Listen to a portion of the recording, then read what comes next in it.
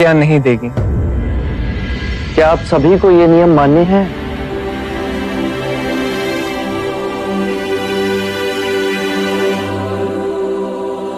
हाँ, हमें ये सारे नियम मान्य हैं और हम अंतर मन से इन नियमों का पालन करेंगे। आप बस हमें दीक्षा दे दें।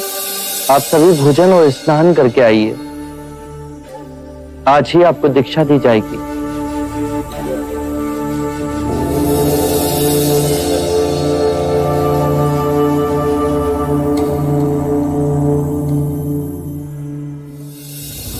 आप सब चिंता ना करें। ये नियम इसलिए बनाए गए हैं ताकि संघ के संचालन में कोई बाधा ना हो, कोई उपद्रव खड़ा ना हो।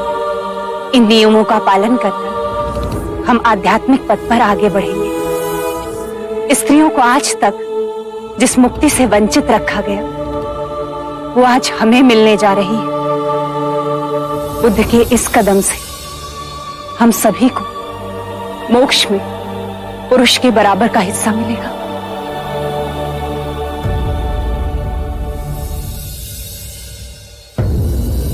भाते, ये कैसा विरोधाभास? भारतवर्ष के एक कोने में बुद्ध मनुष्य के अंतर्मन को शांत कर रहे हैं और वहीं दूसरी ओर अजात शत्रु मनुष्य के अंतर्मन को युद्ध कर अशांत कर रहा है। युद्ध की प्यास में पागल मनुष्य अंत में शांति के मार्ग पर ही आएगा। ये हमारे जीवन में घटित होगा आनंद।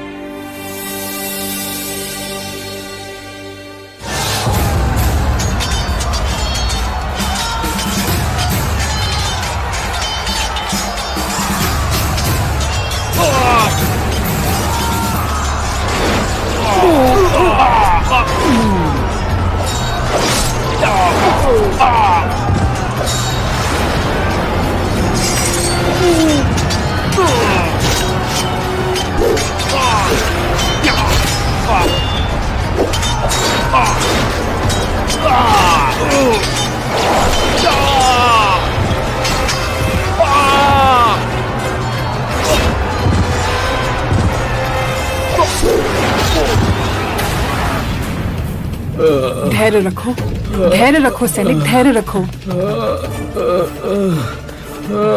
जल्दी रखो इसे। वैद्य जी, जल्दी लेप लेकर आइए। कितना रक्त बह रहा है इसका।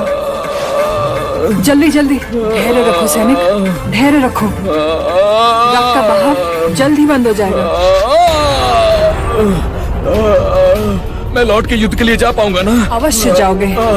वैशाली के माथे पर विजय का मुकुट तुम ही पहनाओगे सैनिक। हमारी वैशाली की जीत होगी। हाँ, हमारी वैशाली अवश्य जीतेगी। हमारी वैशाली की जीत होगी। हमारी वैशाली ही जीतेगी।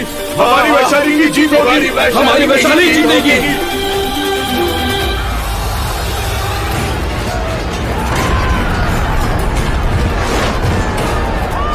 महाराज, हमारे दक्षिणी सैनिकों का एक दल मारा गया है। चारों ओर हड़कंप मची हुई है। सैनिक निराश होकर मैदान छोड़कर भाग रहे हैं। यदि आप शीघ्र यहां से ना निकले तो हमारी हार निश्चित हो जाएगी। आपको शीघ्र ही निकलना होगा महाराज।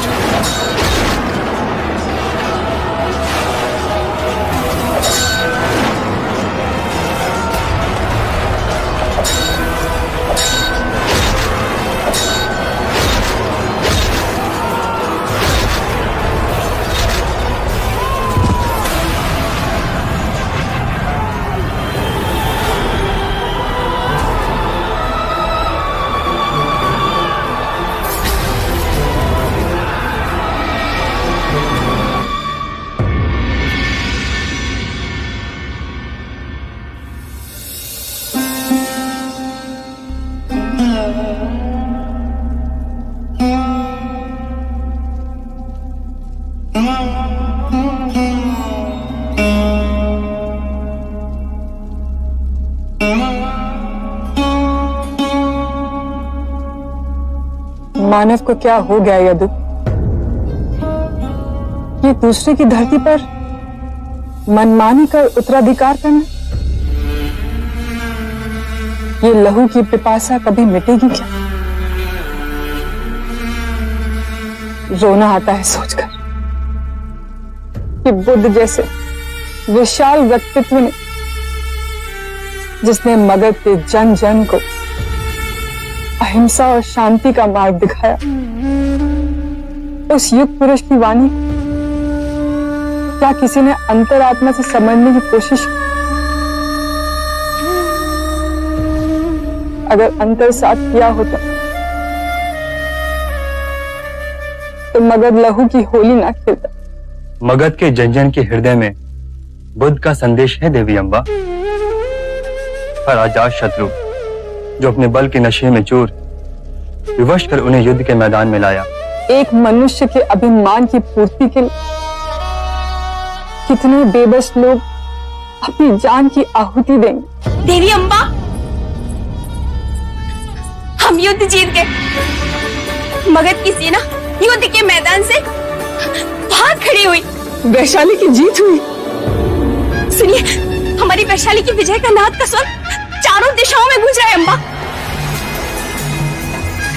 वैशाली की, वैशाली की, वैशाली की, वैशाली की, वैशाली की, वैशाली की, वैशाली की, वैशाली की, वैशाली की, वैशाली की, वैशाली की। देखो तो, वो वैशाली का सैनिक घायल है। चार जल्दी से उसे ऊपर लेकर आओ। उषा, तुम भी वैद्य जी को बुला के लेकर आओ।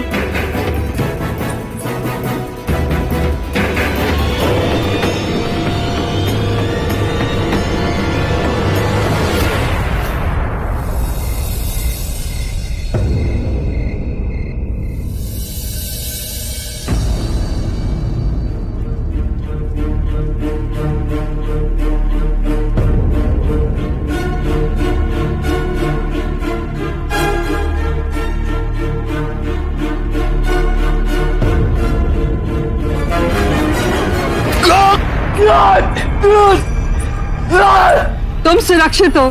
तुम्हारी जान पर जो संकट था टल गया है। तुम्हारी वीरता व्यर्थ नहीं गई सैनिक।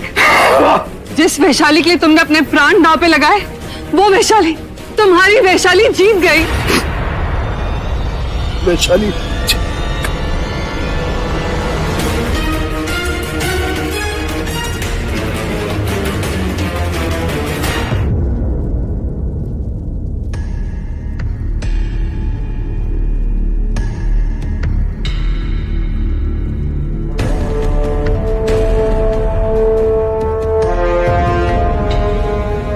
देवी अम्बा, घाव बहुत ही गहरा है और ज्वर भी इन्हें भीषण चढ़ गया है।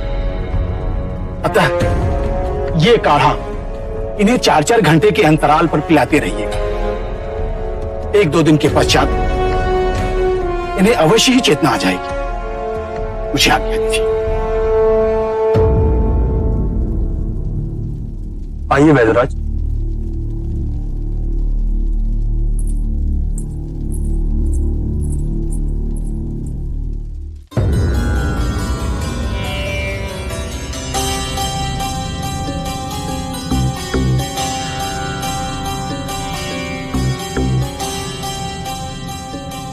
इनका चेहरा किसी सामान्य सैनिक की जैसा नहीं है।